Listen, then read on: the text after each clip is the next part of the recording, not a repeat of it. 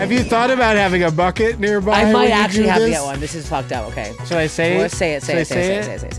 You know, it's about the cruise ship flipping over, and I had never been on a cruise and had no plans to go on a cruise, and that movie terrified me. I was just like, oh my God, what if I'm ever on a cruise? No. Right? Isn't that crazy? No, that's fucked up.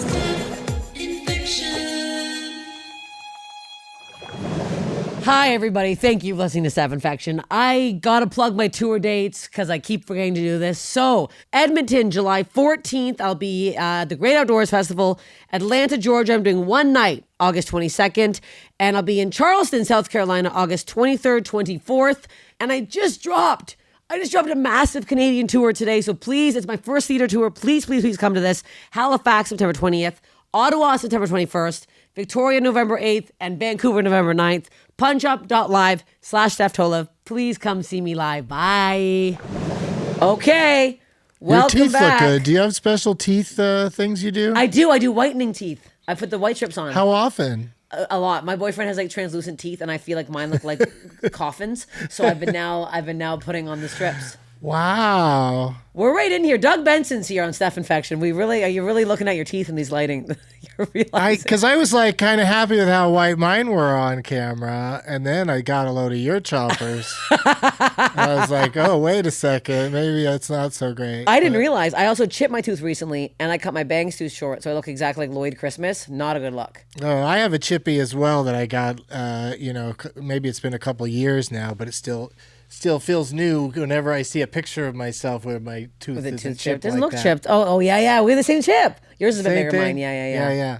I got to go to the dentist this week. I think I have a cavity, and I'm not thrilled. Oh no. I put it off, and I have a lump on my head, and I think it's cancer, and I picked at it, and now I think I'm dying, so I have to go get the lump. And you gotta get it all checked now. It's too much, and they told me she called me back, the lump lady, and she's like, "Oh, we're gonna move your appointment up if that's okay. You need more time. We might have to remove it." I'm like, "Remove the lump? I've had the lump for years. It's like a bump." I thought my dad was like, "It's a sweat gland that clogged." Why did I listen to my dad? He has no medical training. I was like, yeah, Peter Tolev, you know what you're talking about. Right, Man eats 48 eggs a day. With any kind of authority, any kind of, if they really sound committed to it and it's something you want to hear. Yes, that's what it is. It's always, I wanted to hear. Well, he said he's got them before. And I feel like I have all my dad's qualities. So maybe I have the same skull and it's still a sweaty head. Yeah. Do you have a sweaty head? You're always wearing a coat. There's no way you run cold. Well, this is like, I think it's the same coat you teased me about in a previous... It is. Where we were in a genuinely hot room. We were in the hottest room on the planet. It was overkill, but I just don't want to... I don't like as a performer, I don't like the sweaty pits and whatnot. Yes, I put on something just to keep it more professional. I see, that makes sense. And less gross looking. You know what, that's nice, because a lot of men don't care what they look like on stage. For example, Ricky Gervais in his newest special, he looks like a fucking homeless person. What is he doing? What? Why? What was he ever doing? Like, because he used to just be a black T-shirt and black pants. Yeah. Like he worked in the kitchen or something. Yes. And then now he's, But it's like a skin tight, so he's got two boobs, which is fine. He's really shaming his tits. He's body positive. Is that the expression? Yeah, he's body positive. Forward. I just feel like these Netflix specials, if I do one, which I may be, I haven't really announced it yet. Oh, but if I do one, it's not official. Let's be cool. It is official. But it's official. Be cool anyway. I'm going to look so fucking good. I've already started dieting. I quit drinking. I'm on week 3. I'm going as long as I can. I'm already like, I'm not going to look like a blob. I'm going to have my hair and makeup done, and I'm going to have my outfit fitted to my exact body. I'm not going up looking like a slob. Okay. It's my first special. I can't be up there mucking around in a loose T-shirt from Walmart. What am I doing? Well, so when you say outfit, are we talking jumpsuit? Yeah, we're talking jumpsuit. I'm getting a fashion to my body. I want to do a black leather, and it's going to say Filth Queen on the back. I'm really branding myself here. Do you think that would be maybe you should jump out of a plane in it or something? I have a pretty, honestly, do something in it. Oh, that's actually, you know what? You know what I mean? You just added to my fucking, I have a very insane opening I want to do. Yeah. That my manager is frowning upon. And of she's course. like, it's not funny. And I'm like, it's funny. Explore new possibilities, pleasure zones, and find your vibe at funlove.com. Funlove.com is a leading online retailer of sensual health and wellness products, offering a wide array of premier brands of toys, lingerie, and accessories. Make love fun. by visiting funlove.com. For a limited time, save 30% off your first order. Just use code STEPH at funlove.com. Go to funlove.com and use code STEPH at checkout to save 30% off your first order. Visit funlove.com today. But wait, okay, I want to say you have one of the most fun fucking shows I've ever done. Oh, thank that you. Fucking Which one? Doug Loves Movies. Oh, that one. Also getting Doug with Hives. That's actually the first podcast I did coming out here. Nice. Was it? I got so what stoned. What a great start.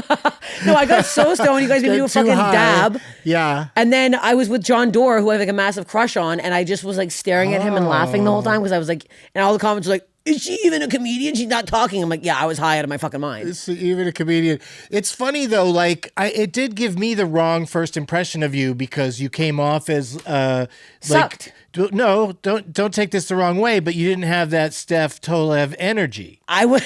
You know what I mean? Even just talking to you now, like you're so much more.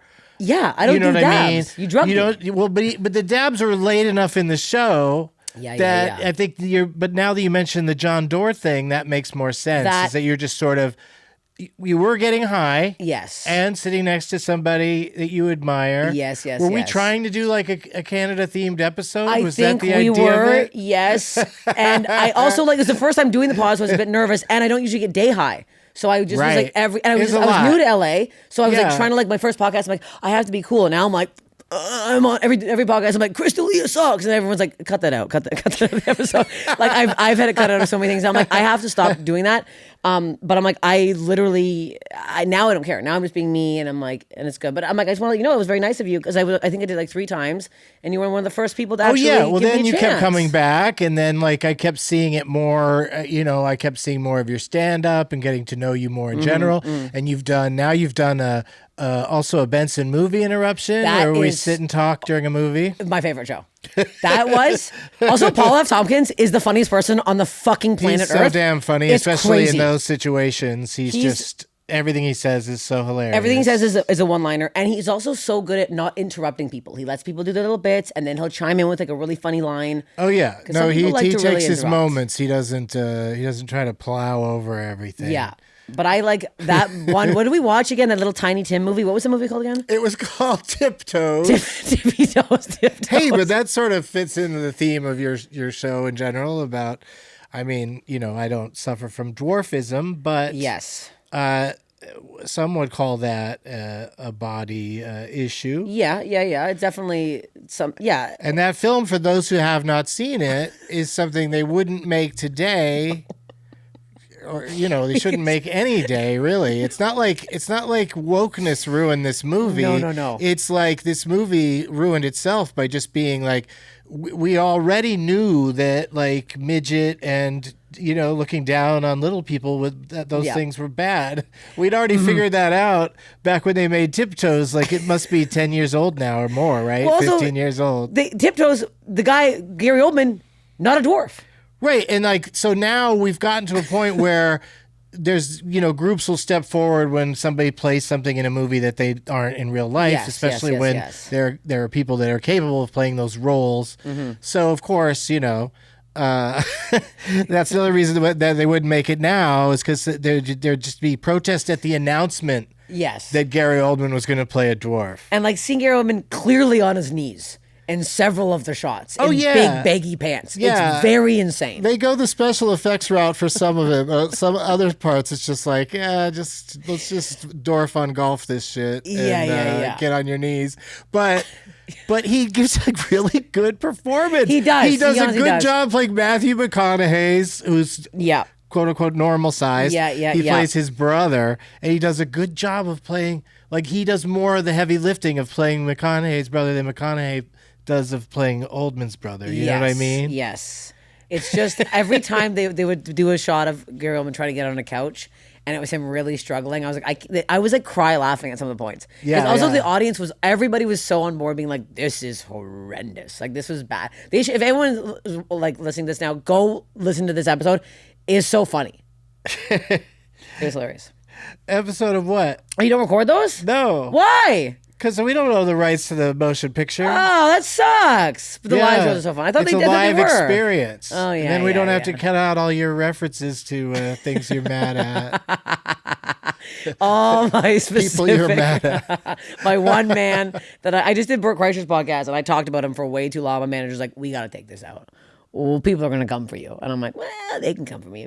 That seems like a weird thing for people to still be defending. You know? It's very bizarre, and they are. I got some body stuff that I don't know if you. I got a hemorrhoid, and I'm trying to normalize hemorrhoids. Wait, so first time ever? No. Oh, okay. You're just saying I currently have one so fucking bad that I shit this morning and I cried. I want to normalize hemorrhoids. I want to normalize them right now because everybody fucking has them. Everyone's acting like they fucking don't. A lot of people have come on here and discussed their hemorrhoids. Sure. Some people have them surgically removed, which it hurts. Here's the thing. I got smug about my asshole. I got smug. I did Kreischer's podcast. Right. Huge brag. And I literally, I was so smug. I was like, I have a very taut asshole. It released 2 days later. Biggest fucking hemorrhoid in my life in my ass. My asshole now is a mess. Looks like, when you get takeout food and you have it in the car and it's shaking around, then you open it up, you're like, that's not what I ordered. Yeah. That's not what I got on my plate. Thank God my boyfriend's on town, because if he saw what was on my ass right now, he'd break up with me. Looks like a jellyfish washed up on shore. It's not good. They're not good to look at, that's for damn sure. But you can't, why are you talking surgery? The over-the-counter I got to go get the preparation aids. Doesn't work? No, I put on the cream. I'm sitting here. I'm creamed up. I have a wet. You have a totally. My asshole is smeared in preparation aids right now. Gooey. I have a gooey butt. Slimy. Yeah, I'm going to call this the gooey butt episode. Do you have any? Do you have special underwear for this occasion? Oh, yeah, these underwears are going in the trash. Whatever's on me right now, bottoms down is trash. We're done here. I'm upset. Everyone, and it's like, I'm not drinking right now. And I always drink, and I'm like, is that what was keeping the hemorrhoids at bay? My alcoholism? And now, I mean, again, I'm not a doctor, but... Because isn't it a thing that they just sort of go away on their own? Yeah, I guess so, but it's like... Like you gotta not pay attention to them. If you... It's like the alien coming out of my asshole. If you're messing with them too much, they might stick around, Like I'm in there having a long chat with him. No, yeah. I'm not picking at it. I'm having long talks. My next podcast guest is my hemorrhoid. Can you imagine? It just cuts to my asshole over there going, hello, how do you feel? Okay, I would do that. You could have Michael Jackson sing the theme song, Man in the Mirror.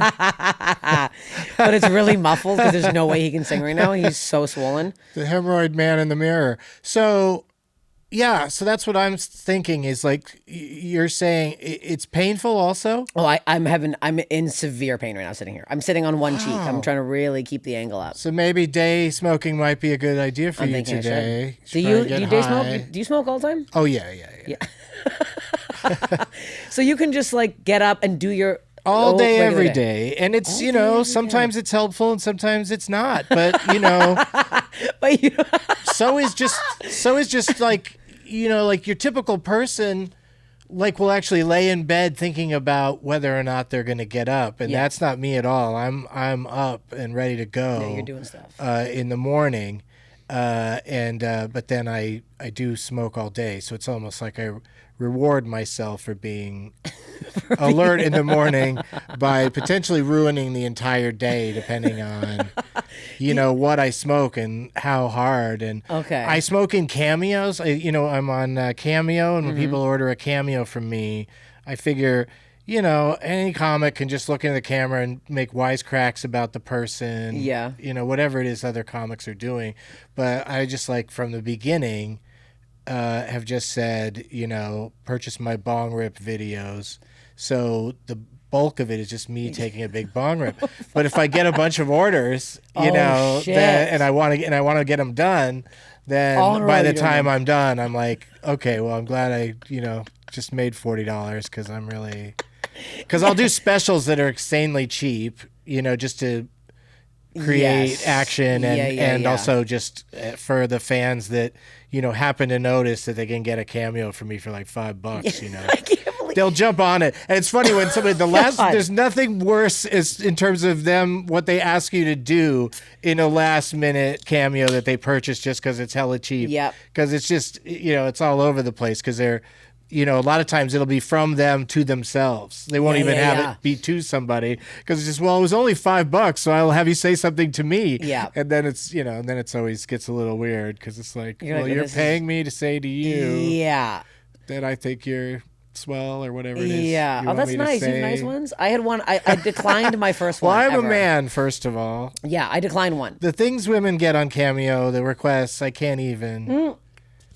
This was the first one I got that was weird. Really? Out of ever? Out of ever. And I don't get that many, but I usually have like somebody for a birthday or like a wedding or something or like a couple anniversary, but it seems inevitable to me. But it's good that you're not getting it a lot. And it wasn't bad though. He just was like, I think you're really funny. Please tell me some jokes. And I was like, okay. And then I kept reading. He's like, and I think you're super funny and sexy. And I was like, well, now I feel weird about the sexy thing. And I'm like, I'm very open with my boyfriend, how much I love him. And I'm like, he was beside me at the time. And I was like, now I feel weird that you're going to like jerk off to this or something. So I'm like, I don't want to do it.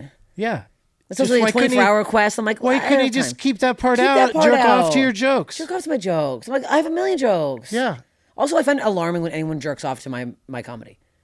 I'm always like, what? There's no way. In Pittsburgh, a couple got kicked out. He was fingering his girlfriend during my set, and they were even like, really? Really? And I'm up there like, ugh. And I'm like, it's not a turn on. I think that it was this after there was that big news story about Lauren Boebert getting fingered during Beetlejuice. No, I didn't hear this story. You remember she got kicked out of Beetlejuice for like taking pictures and smoking a vape and getting felt up by her boyfriend or her date or whatever. I missed all this. She's the rep like in Colorado. Oh. So she got thrown out, but then everybody made tons of jokes about people being horny at Beetlejuice. The stage show, the musical. Oh, the musical. Yeah. They was touring musical. Came through Colorado. She's a big shot. Probably got free tickets. Got all dressed up. Went with some guy on a date, and they were like fucking making out during Beetlejuice. Can you imagine acting and just seeing that in the crowd? How distracting that would be. Have you ever had people do that at your shows? They had, and that's so the other thing is they had like cameras. So now it just opens up your eyes to the fact that just sitting in a theater watching a show, you're probably being filmed. You're probably on a security camera. Oh, that's terrifying. Not that I'm going to do any of the things she was doing, but it gives pause that you're just being watched. Oh, you don't go with your girlfriend and jerk off at live. You don't go to Cats. Listen, you get a popcorn. You cut a hole out of the bottom. When every time she reaches in, it's a nice. You know what I mean. You don't have to. No one needs to know. Do people actually be private? Do that? You'd get little kernels. The amount of little kernels you get in your pee hole. Wouldn't you be scared of buttery penis? I think that just came from the movie Diner, where Mickey Rourke does it to a lady. Okay. They're supposed to be like teenage or college age or whatever. Yeah. But it's still just, it's funny that movie, people don't really talk about it anymore because it is wild that I want to see that. He basically just gets her to touch his dick by having it in the popcorn. But Like, also, do you how much popcorn? First? How much does she have to eat to get down to it? Yeah. They're big popcorn things. By the time he gets down to it, is it just a flaccid dick in the bottom? Ew, just sitting there all wet with just that and little kernels around it. A bunch of butter and hard because you'd have to get hard before you put it in. You can't get hard in there because then you're in there rifling around and there's popcorn going everywhere. So it's obvious. Yeah. I want to do that myself. The vagina. She'd just be like, why do you keep shaking the popcorn so much? Oh, get the butter in there good. He keeps going back to get more butter, but he's rock hard the whole time. I'm doing the mixing. I just saw, what movie did I just see? I haven't seen shit in a while. I think the last movie I saw was Tim or Tippy Toes. No, I saw Drugstore June. I saw the movie. I don't know if you've seen Drugstore June. You saw Esther Povitsky, Little Esther's movie? Yes, I'm in it. Where she's got drugs on her tongue? Yes. You went to like the premiere or cast and crew? I went to one after a cast and crew thing, yeah. Yeah, and how is it? It's great. I see the billboards right by the Laugh Factory on Sunset Boulevard. I haven't seen them. I see it all the time. Yeah. And it's very colorful and very would catch the eye of children. Yeah, it's not for children. It's called Drugstore June. Mm-hmm. And she's got her tongue out, and it's just covered in sprinkles. What look like a bunch of drugs. Yeah. Of course, your head went directly to drugs. It's sprinkles. It's drugstore. Yeah. You're saying it's more honey than drugstore? I'm saying it's going more on snacks the than tongue? drugs, I think. Oh, okay. It's shockingly not that drug enthused. Oh, okay. There's a little bit, but not really. Well, that people that made that billboard, I think, screwed up because it looks like it's a drug movie. They're trying to get people in there. They're really trying to get people in there. Does she play a character who hangs out in a drugstore? She works in a drugstore. Oh, okay. Her and Bobby Lee work in the drugstore. And they have adventures in the drugstore. Kinda, yeah. There's like a robbery and there's a whole thing. Pandemic shot, or maybe very close to post-pandemic. Yeah, I think it's after. Yeah, I play a grizzly bartender. But it's not a big cast or anything. Like, no, it's no crowd scenes. Bill's in it. No, not a huge amount of crowd stuff. But turned out good. Yeah. Still in theaters? Yeah, I think it's still in theaters. Yeah, I think it's also streaming now. So if you can. Yeah. It's so hard to keep track of the release schedules of anything these days. Yeah. Whether it's going to be in theaters or not, and then on demand or a streamer. There's a lot going on. What is happening? There's so much. I can't even keep up with anything. I don't know. It's I can't. I don't know. impossible. I just watch Law and Order SVU over and over because I'm like, I don't know what else is happening out there. I can't see too much. And it remains relevant. Yeah. Have you watched? It's a nice way to check in with Richard Belzer. I love Richard Belzer. Did you know him at all in life? No, but he was one of the first stand-up sets I saw that I actually laughed out loud at on TV. My parents got me the laugh out loud. It was like an old school fucking like VHS set when I first started doing stand up. And Richard did this thing, and I've never laughed harder in my life. Where he like it was like in the 80s, like they filmed his cameras, and he's like, "There's a piano over here." He's like, "Should I play the piano?" And everyone's like, "Oh my god!" And then he gets everyone, and like they don't really edit it well, so it's the cameras resetting up and him going, "Okay, you guys good? Everyone's good." He goes, "I'd like to play, I can't play." And then everyone's so disappointed, like it's not even a laugh. And I was like, "This is the funniest." You were thing. like, "I can't wait to be a comedian and disappoint people." Yeah, literally, I was like, "You can do that." That is the most hilarious thing you can do. It was so funny, and then he just went right back, and the cameras had to set up again and go back to him like standing still. It was so fucking funny.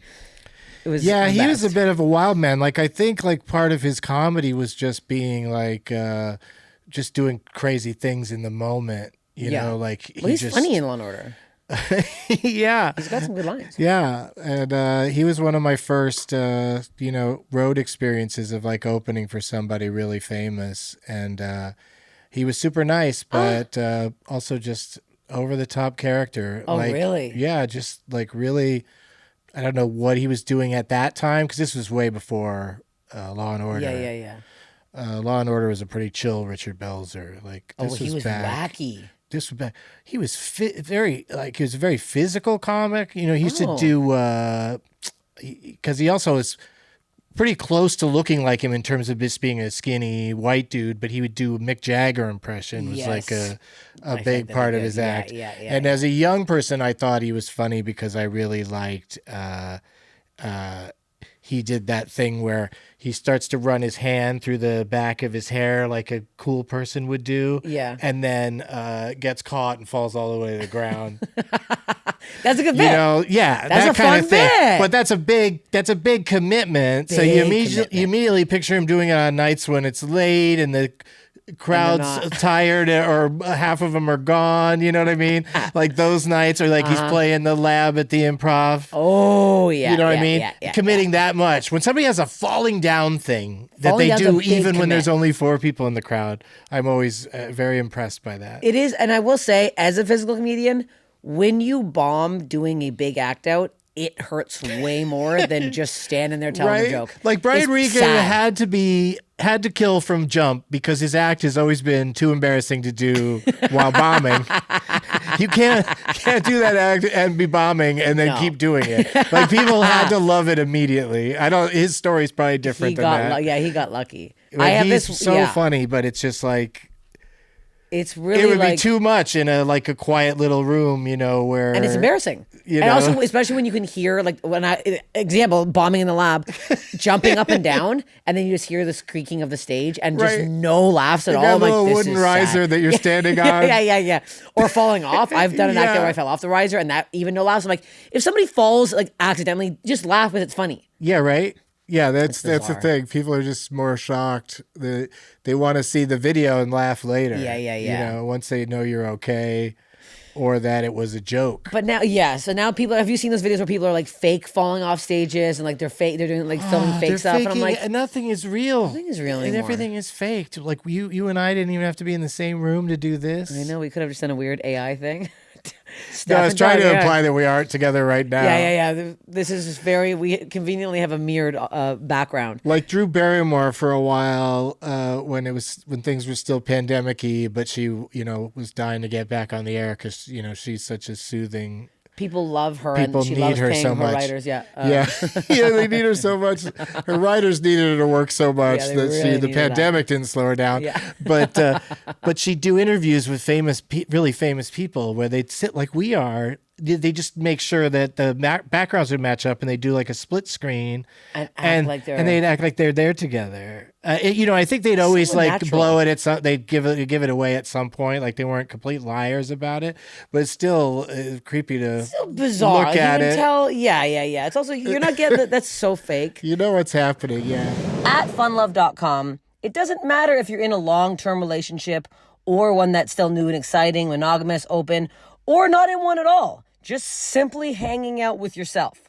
Funlove.com is where you can explore a variety of options to rev up your romance in the bedroom and beyond. Or again, rev up just some you time. Just a little one-on-one in the boudoir with yourself and some new fun toys. Funlove.com is a leading retailer of sensual health and wellness products, offering a wide array of premier brands of toys, lingerie, and accessories. They take pride in curating a selection of the highest quality products, offering everything from soft and sexy to hot and spicy, so you're sure to find what you're looking for at funlove.com. Let them help you discover, indulge, and satisfy your desires. Come and find the vibe you're looking for to make love fun by visiting funlove.com. And if you live in Arizona or Colorado, check out one of their 18 store locations. Funlove.com sent me quite an array of really fun stuff to go through, and me and my boyfriend are taking our time getting through because a lot of it is very fun and we keep reusing the same things. For example, the Sex and Mischief Silky Restraints. I didn't know I liked being restrained. I simply had no idea I did until these came out. They're very soft and easy, and it's really ramping things up in the boudoir. Feather tickler. I mean, I've mentioned this before, but let me tell you, Coochie Coo. Coochie Coo in all the right places. That's only $6.99. Simple stuff here. Freak or drink date night game. That is fun. We're having some laughs with this. Very simple. Have a couple friends over, or guess what? The two of you, or try playing it yourself. Hey, guess what? No one sees what you do at home in your own house. Have some fun with it. I also cannot get enough of the edible massage oil, French vanilla. Only $18.99. My word, I am. Who knew I loved licking balls so much? Because guess what? When they taste like French vanilla, it's like having a little ice cream, a little nut ice cream in your mouth. For a limited time, save 30% off your first order. Just use the code Steph at funlove.com. Go to funlove.com and use code Steph at checkout to save 30% off your first order. Visit funlove.com today. Wait, let's get to your body stuff. We got to get in. Let's. Okay, yeah. I love the body stuff, and what do you got? What do you do? You got people coming through here all day? Is that how you do this? Like when you have No, a today day? you're my only one. This is it? You came out to. Can I say where we are? Burbank, yes. I don't. I've been trying to get you on for a while. Yeah, but I'm just saying You're that. a great podcast guest, and your show. You're also what's the other show I did the live one? That's the one where I was soaking wet in Pittsburgh. Pittsburgh, yeah. Yeah. When I sign up when I get a car from Uber, it says, conversation, ? And you go, no, thank you, quiet, please.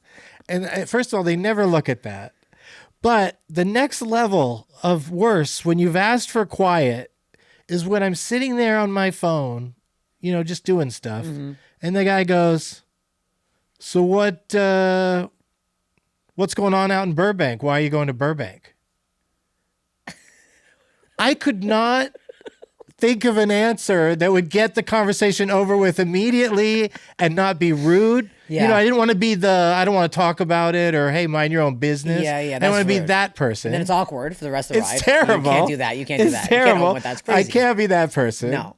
Or even I'd rather not say, because if you say it in a nice way, if you go, oh, I'm sorry, I'd rather not say, then now they're dying to know why you got to go to Burbank. Yeah. But like I just didn't want to, a podcast. What kind of podcast? A comedy podcast? What? You're a comedian? Like all that stuff that long ass conversation really that like it. I don't blame him for being interested in that if he's driving around all day and likes people and wants to learn about their lives. He might recognize you, yeah. They, but I don't want to get into it on purpose. No, because it happens enough. I have enough conversations about. All you do is talk. You talk for a living. Yeah. Well, unfortunately, a lot of it is not. No one's allowed to jump in with questions. Okay, yeah. Although in my stand-up, they often do because you ask so many questions. Everyone gets so high that they think, when I'm doing stand-up, I'll just get a lot of direct eye contact. They'll just say, whatever's on their mind. Uh-huh. It's not really heckling as much as it's just they're just thinking that you're talking to them. Forgetting that you're like in a room full of people that we're not just chatting. I mean, that happens to me too when I get high. I always worry that I'm gonna like blurt something out. You don't seem like a blurter somewhere though. Weird. Well, that's the thing. Is in general, I'm not a blurter. It's very, very calculated. One time I was at the movies. Has this ever happened to you? Where like there was a silly situation going on where I was sitting there thinking that I wanted to yell out a specific thing about what was happening. And I was just like, that's just such a, this isn't the kind of movie where people are yelling stuff out and, it's not a Schindler's List. It's not a comedy. Yeah. So I don't know. I'm not going to say it. And then a guy I know that was also there yelled out exactly what I was thinking of yelling. And the place went nuts. And it's no one believes you if you go, I thought of saying that before he said it. Everyone's like, you gotta be the one that has the fucking balls to do it. So you regret that? Is that your biggest regret in life? No. But I do have comedian friends that have taken huge swings, like and yelled something out during a movie and then get nothing. I was so worried on your show doing that. Don't do that. I'm not that person. Well, that's why it's fun for the Benson movie interruption that we have microphones and it's sanctioned that we're going to speak during it. And, not everything you say is going to be hilarious necessarily, especially a movie like that, because we spend a lot of time going, how is this? Why are they even doing? How is this scene? How did they shoot this scene without just either dying of laughter or embarrassment? But everybody else is like killing, so I'm like, I can't be the one that just blurts out something and bombs. Oh, I see. That's what I mean. I'm like, because I had one time I think I did it, and I was like, I can't never do that again. I'm just talking about the pure cinema experience where you're just comedians at a movie. Because it's happened to me a lot of times where the comedian I'm with decides to really go for it and just yell out some stupid thing. That's wild behavior. I am a mute in the theaters. I don't say anything. I'll tell you where I'm yapping, the grocery store. I am yelling things out of the grocery store. I'm commenting on stuff. I'm getting mad at the lines.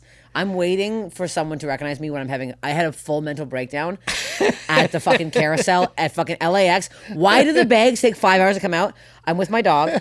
She's barking. I'm freaking. I'm screaming. Someone DMs me going, hey, I think I saw you at the airport, but you seemed really upset. I didn't want to say hi. And I was like, not a good time to talk to you. Embarrassing. I was talking to myself. I'm like, really? No bags? Okay. I'm like losing my fucking mind. I was pulling a full Tolev, and I was like, I have to calm down in public because I'm going to get recognized for doing. Does this happen when you're with your boyfriend? Oh yeah, but also more. What happens then? Does he calm you down or a little bit? Yeah, he can kind of. But like, I had a full mental breakdown getting on a flight in Winnipeg. I yelled at a woman. This like 48-year-old woman, I screamed in her face, and I was like, I have to stop. It was nuts. I like saw her zone. I'm like, this is zone 3, right? She goes, get to the back of the line like everybody else. And I go, are you in zone 3? She goes, the line, the back. And I go, and I'm like, okay. I had just run fucking like to a different terminal, and I'm sweating, and I'm like, all right. So I get in the back of the line, and then I see that it's zone 3. She's not in zone 3. I saw it says zone 6 on ticket. So I start walking up. Even the flight attendants are like, if you're not in zone 3, get out of the fucking line. I get up. Her whole family gets moved to the side. And I go, I'm sorry. This is why I fucking asked you. What fucking... And then she's like... And I was like, oh my God. Everyone's staring at me. I'm like, oh my God. And then I get on the plane. And the 2 women... I'm in the window. 2 women won't get up. Well, let me cross over. I go, oh, excuse me. I'm in the window. They go, mm-hmm. Oh my God. I had to climb over them with my giant backpack with my camera. They were wearing flip-flops, and guess what? Big mistake. Their toes got, Clomped. Clompy the whole way across. I was pissed. I have to calm down. Maybe I need to smoke more weed. See, you seem very relaxed. They got to move just to get their safety of their own goddamn feet. No, and then she brought out, you ready for this? Like, that's how dumb they are. Brought out a thing of just cheese curds. She ate a tub of just curds the whole flight. I'm like, toes out and curds? I don't think so. That which can't ones be are allowed. which? How can you keep them apart? How do you know what you're eating? It was so gross. So gross. Feet and feet, cheese and cheese. Okay, wait, you really bypassed How soon did this when recently? This was How much recently? This was like 3 weeks ago. This is very recent. Wait, Okay. You're skimming over the body stuff here. You got no issues? I got body stuff. Let's get into it. No, What the heck? I just like to know what kind of time frame we're talking about. We got 20 minutes. I love it. Really timing this out for the 20 minutes of the bod stuff. Well, I've had a lot of luck, with my health. Mm-hmm. Knock, knock. Because, there hasn't been too many major things other than just having terrible eyesight my whole life. So, like, just from the very beginning, just, like at very young age, eye surgery and... Really? Oh, right in there. Yeah, and like I had to wear an eye patch and medication and stuff how like young that. we Eye talking? drops. I got used to having stuff shoved into or over my eye. Okay, so you're bringing up early the only on. thing that makes me fucking sick on this podcast, which is eyeball stuff. Okay. No, but we have to talk about it. Josh Potter, you know him? Yeah. You talked to him about his eye stuff? Nuh-uh. Wild. He was getting surgeries. He had like a balloon bubble thing. It was a whole thing. Oh yeah, I'm sure his is much more But so what do you have? Like you graphic just than mine. Because I just had like people like to call it a lazy eye, or just my eyes didn't match. Okay, like performance wise. Okay, one is stronger than the other. Stronger than the Okay, other. yeah. Exactly. And so it was just caught it young enough that there was did surgery pretty young, and then I had like eye drops and eye patches and stuff like that. Well, they put one on to make the other It one was never anything stronger? gross. Yeah, Okay. so the other one can catch up. Yeah, But they and get no stronger. like needles in there. Like what were they doing? No, nothing like that. Okay, But, drops are fine. But then, by the time I was 12, I needed glasses for distance. Mm-hmm. So I was a glasses kid, so that was, that's sort of it puts you on a bit of a path, makes you a nerd whether you're smart or not. Never contacts? I tried contacts when I started doing roles in movies and television. By roles, I mean like extra work. And Are those on your bio? But I was You've been in a lot of movies. Well, I was in A lot of situations roles. with prosthetic makeup. And so I couldn't wear glasses. Oh. So for one project, I only had to have it on for a day.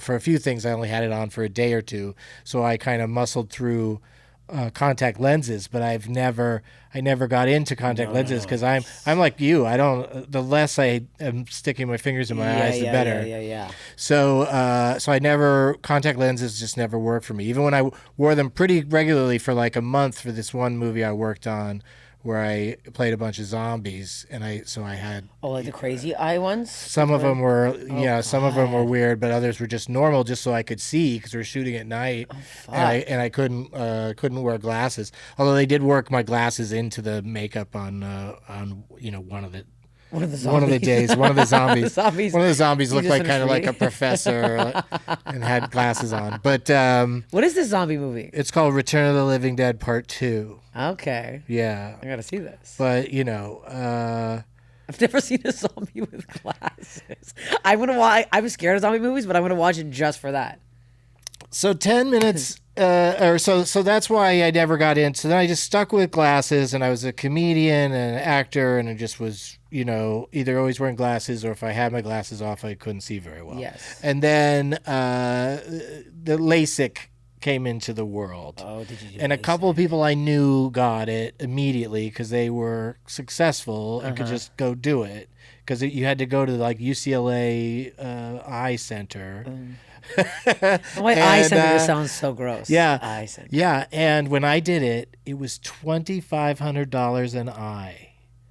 But that's how into the idea I was of not having to wear glasses anymore. Really? But you look good in glasses. Well, I like them some people now. look Now bad I in like glasses. them. Yeah. Okay. Yeah. Now I like them, but it's more like just to wear them. But like, especially sunglasses. I like outdoors. I really like to have sunglasses on. But what a wild. I know. You're so I'm like crazy. a vampire. You're crazy. It's so nuts the way I go outside. Like I wish there was some way. But you know what I mean? That's the thing my about eyeballs. I think that's why I love sunglasses, is because I wore glasses my whole life, but I never wanted to wear them. Yes, and now I want them desperately when the sun is out. Are these the transitions? They don't do anything. No, the transition ones. Every time I've played with it, I've been frustrated at how the transition doesn't happen quickly enough. Oh, how long we talking? You out there for like you'll go minutes? Inside and it takes a while for them to lighten up. Okay. So you're dark for a little bit. You know what I mean? Okay. Kind of like a mood ring or something. So it didn't always work out so great. But it's funny that I even brought up the eyes, because I wasn't going to bring up my eyes at all. But then it turns out I have like quite a history with my eyes because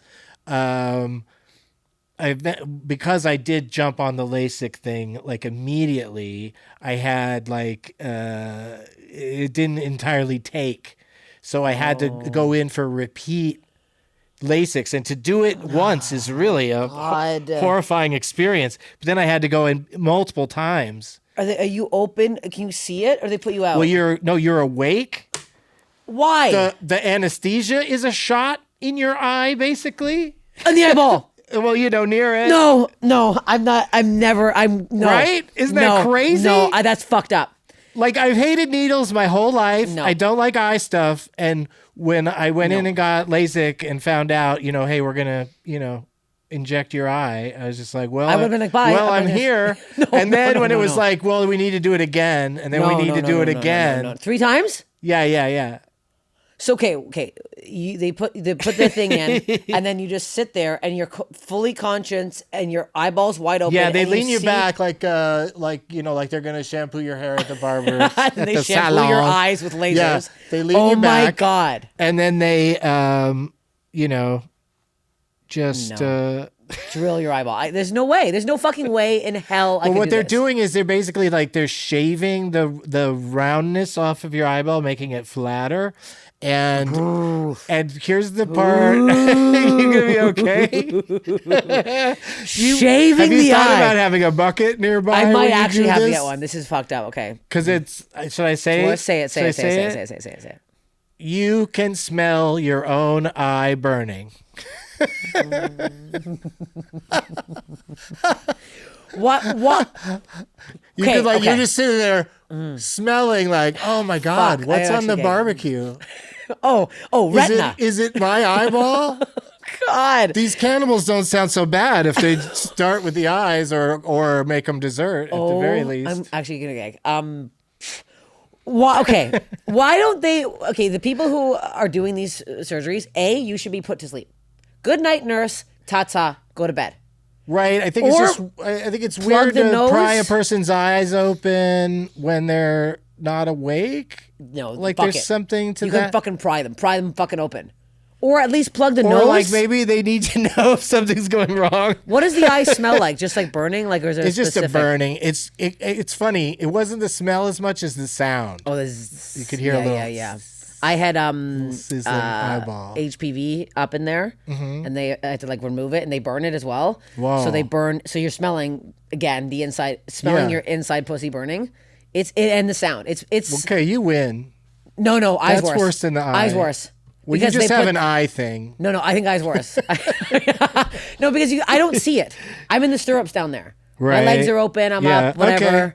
And then, you just knowing about it's bad. But knowing about it's bad. Knowing that I could have cancer, that's a problem. Yeah. But I don't. But the seeing it going in, there's no way.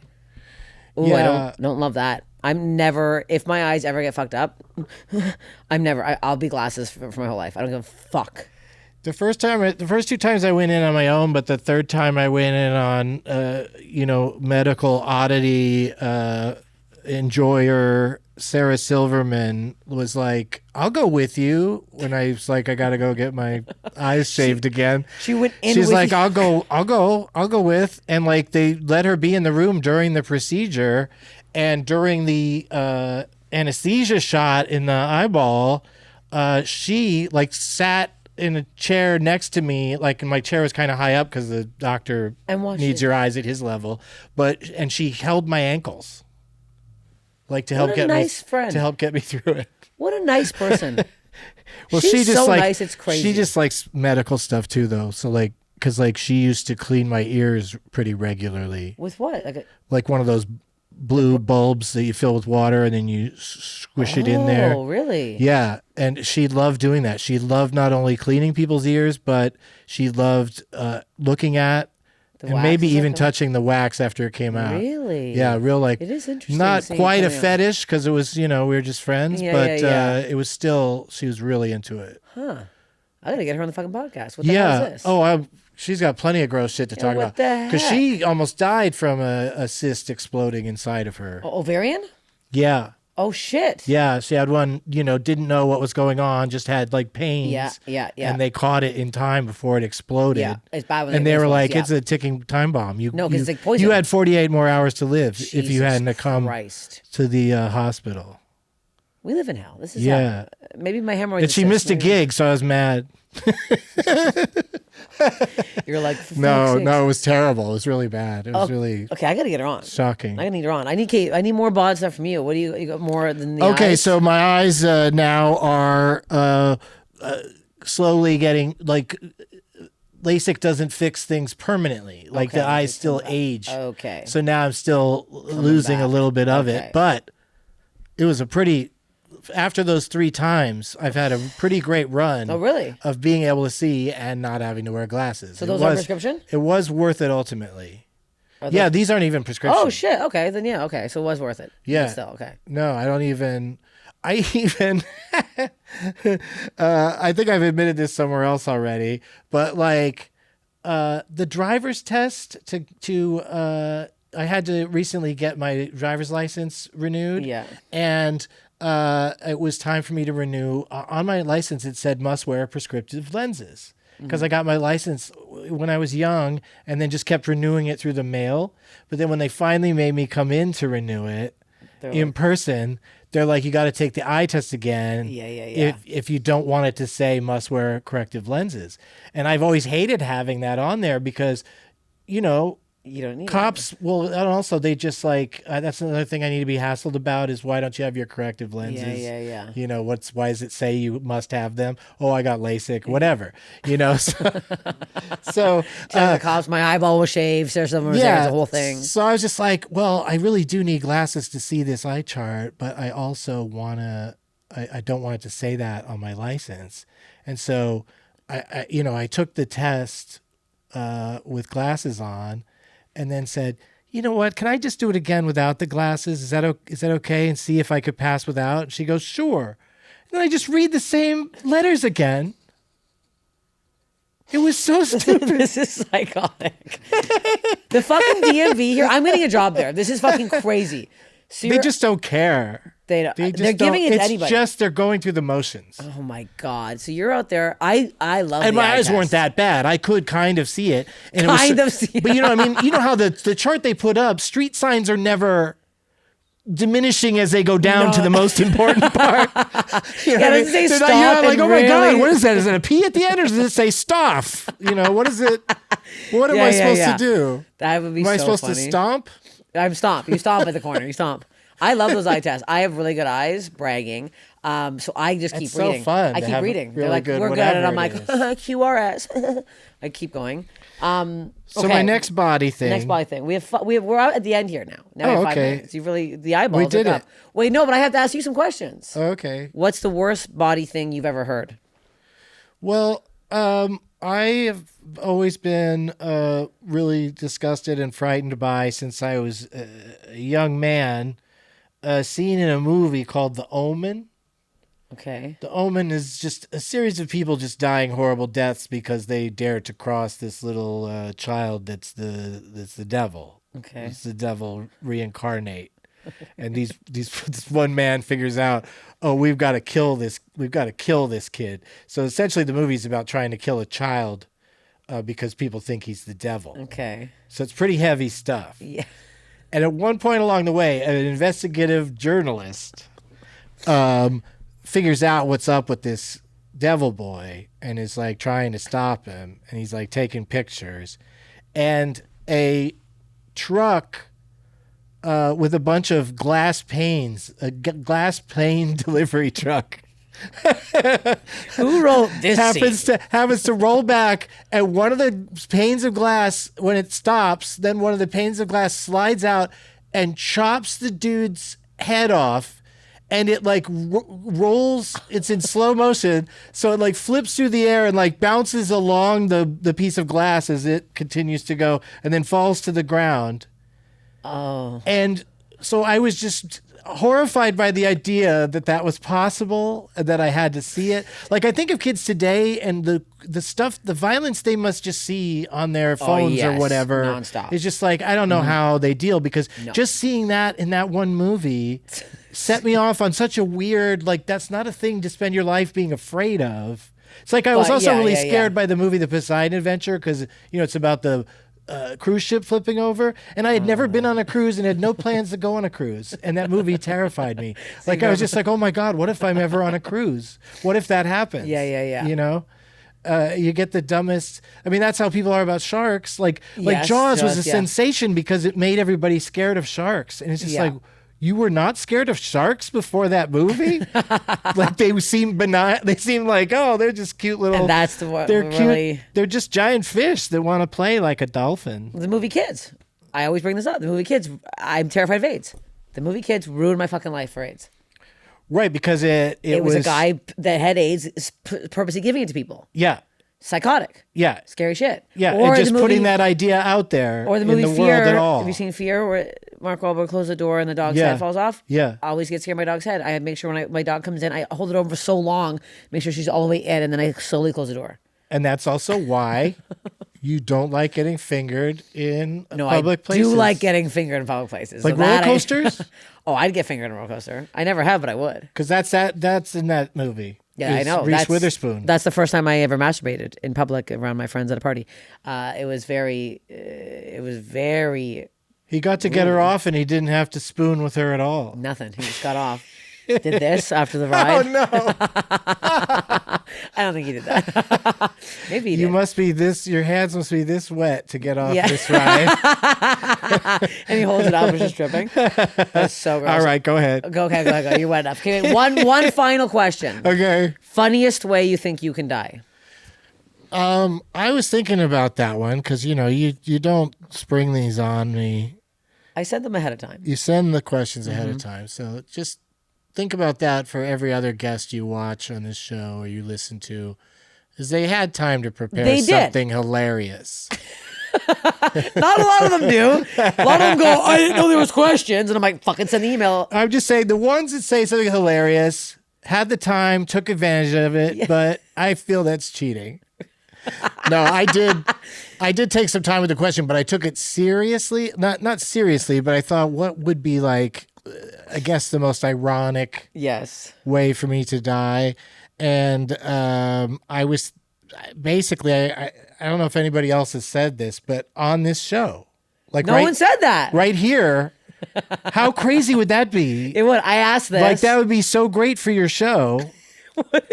I think I've got enough of I'm not that famous, but I think I'm, enough that people go, that guy died while talking to Steph? They wouldn't know me. You get me on the map. About medical issues? Yeah.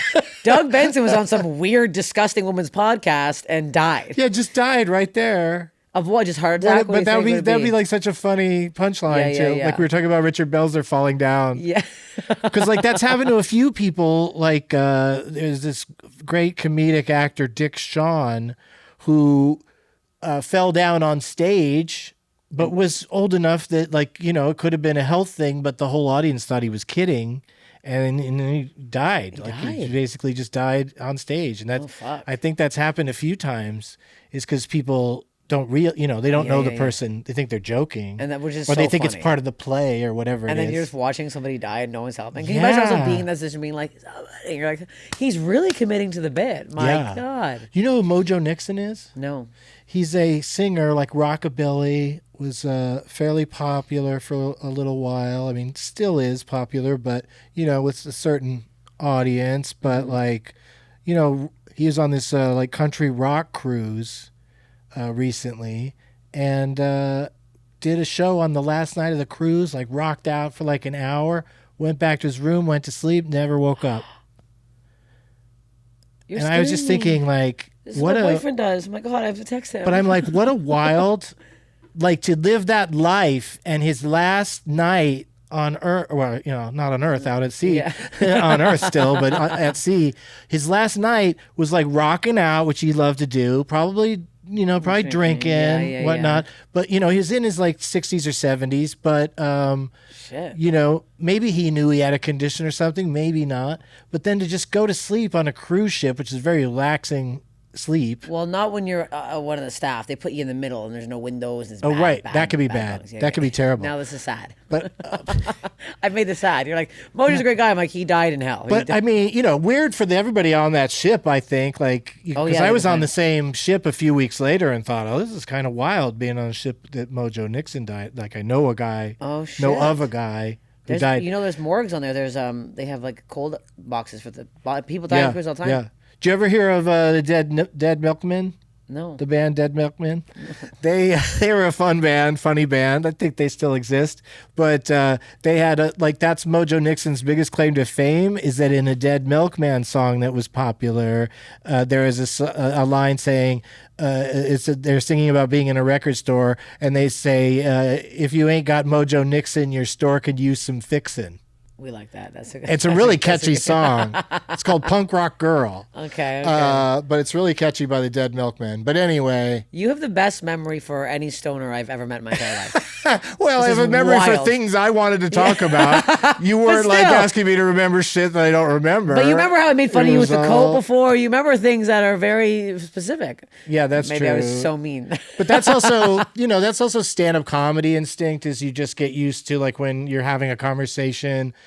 Which bits to keep to reference later. Okay, you're good at that. I gotta do this. You know more. what I mean? We gotta wrap this up, but this is great. Oh my gosh, thank you so much, Doug Benson. Thank you so much. Follow Doug. Go see him live. Go watch his podcast. Listen. When's your next movie interruption? Movie interruptions are the first Tuesday of most months at Dynasty Typewriter in Los Angeles, and DougLovesMovies.com is where all my dates and stuff. Tours. Go watch that. Thank you for coming all the way to Burbank. Thank you. It's worth it.